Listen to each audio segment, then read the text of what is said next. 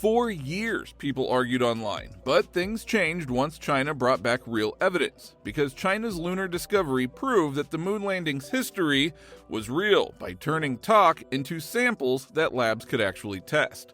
Elon Musk often says that independent verification beats any staged footage, and he's right. China's discovery answered all moon landing questions at once.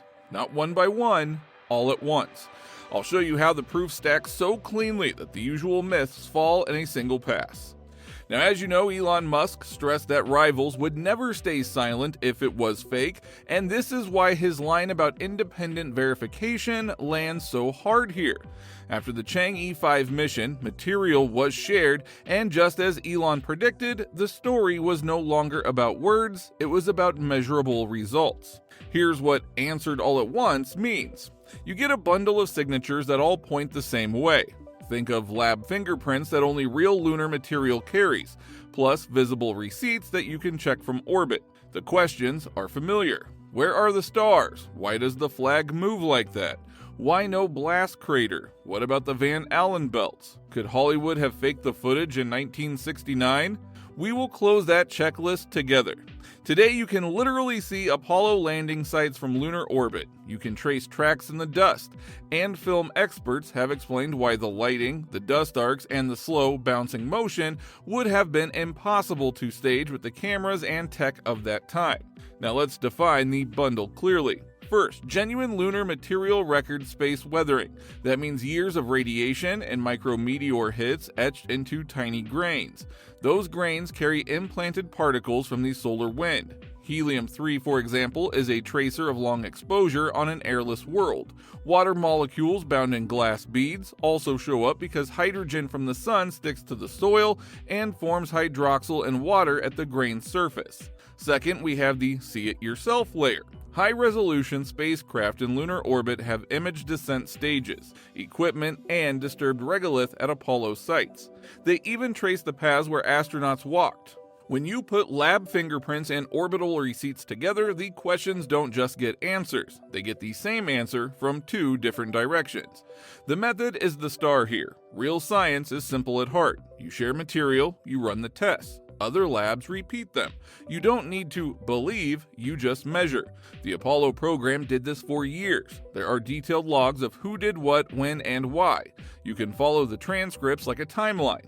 Samples were cataloged and kept for future study. Some were even sealed on purpose to save for better tools later on. Those saved for later samples are being opened now after about 50 years, and they still deliver new insights. One fresh analysis used Apollo 17 material to study a rare lunar landslide. Another team is pulling new chemistry data that explains how the surface changes under the sun. Independent verification keeps piling up, and that is why the lab approach crushes rumors. Let's map the classic myths to the single discovery idea. No stars in the photos. Cameras exposed for bright suits and gray ground won't show faint stars. Overexposed background looks black in harsh light. That is basic photography, not a conspiracy. The flag waved. It didn't wave in wind. It moved from inertia because astronauts twisted the pole in a vacuum. Without air, things keep moving a bit after you push them. No blast crater. The lander engine was throttled back and the moon soil compacts. You get dust scouring, not a giant hole. These answers are simple physics. The same physics shows up in the lab fingerprints. You see grains shaped by impacts. You see surface glass that traps solar particles. One set of rules, many effects, all consistent. Radiation would have killed them is another common one. Mission planners chose a path through the Van Allen belts that cut dosage. Time in the belts was short, and the spacecraft provided shielding. Even James Van Allen, the scientist who discovered those belts, explained that the levels were manageable with the mission profile. We also know what long exposure looks like in soil because the moon keeps records. Solar wind implantation leaves a chemical trail in the grains. That is independent of any film or photo. Again, it is the same point. Physics leaves receipts. What if they staged the footage? Well, this is where the tech of 1969 gives the game away. The dust arcs perfectly in a vacuum. No lingering clouds, no drift like on Earth. The fall timing is lunar gravity, not Earth's. The lighting spreads the way sunlight does on an airless world without backscatter from an atmosphere. To fake that, you would need huge, bright lights, faster cameras, perfect vacuum behavior, and dust physics that match an airless body. Now, people love movie magic, but those tools did not exist like that in 1969. And remember, we didn't go once. We went to the moon 9 times and landed 6. You can't hide that scale. The receipts are all over the surface, and orbiting spacecraft continue to show them. So let's talk about the visible receipts for a second. Today, a lunar orbiter can pass over the historic sites and photograph the remains. You see descent stages sitting there. You see scientific instruments left to work. You even see the paths from the rover wheels and astronaut boots. This is not a story that somebody told. It is hardware you can still view from space. And the verifiable record goes beyond pictures. There is a complete surface journal with step-by-step notes. You can time the radio calls, you can match the shadows to the sun's position at that minute. Real trips leave layers of proof that fit together like a puzzle. Now widen the lens to rivalry, because this is where Answered All at Once gets its power. When rivals reach the same world, they bring their own cameras, tools, and goals. China landed a probe on the far side of the moon in 2024. That is a place that no one had touched down before. The country says its aim is to put people on the lunar surface by 2030, and recent tests of an uncrewed lander and a new moon rocket show that they are serious.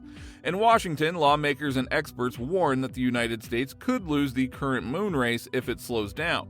That level of pressure is good for truth. It forces everyone to do real work in public. It makes stage stories pointless. When two competitors can check each other, fakery collapses fast. So why bring Elon Musk into this? Well, because he talks about something simple: independent verification. When SpaceX lands a booster, you don't argue for long. Other rockets follow, other companies copy, results get repeated. That same mindset now lives in lunar work. The United States did the first landings. Other nations followed with their own missions. Private companies are trying too, with mixed results. Space is hard. That's why you sometimes see funny or embarrassing mission failures. But the pattern is clear. The more players on the field, the more the facts lock in. The moon is not a movie set, it is a place that we all can visit and measure. So let's acknowledge the human side. A small slice of public still doubts. Polling shows that about 6% of people say the 1969 landing was not real, and younger groups can be even more skeptical. Viral clips don't help. Short videos cut out context. For example, old interviews are often edited to sound like astronauts admitted a hoax. But when you watch the full interview, the claims fall apart.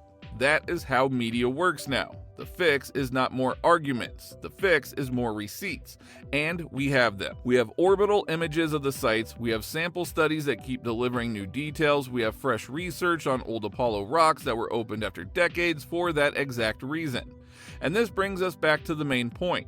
China's discovery answered all moon landing questions at once. Not because of a press conference, because lab fingerprints and visible receipts converged.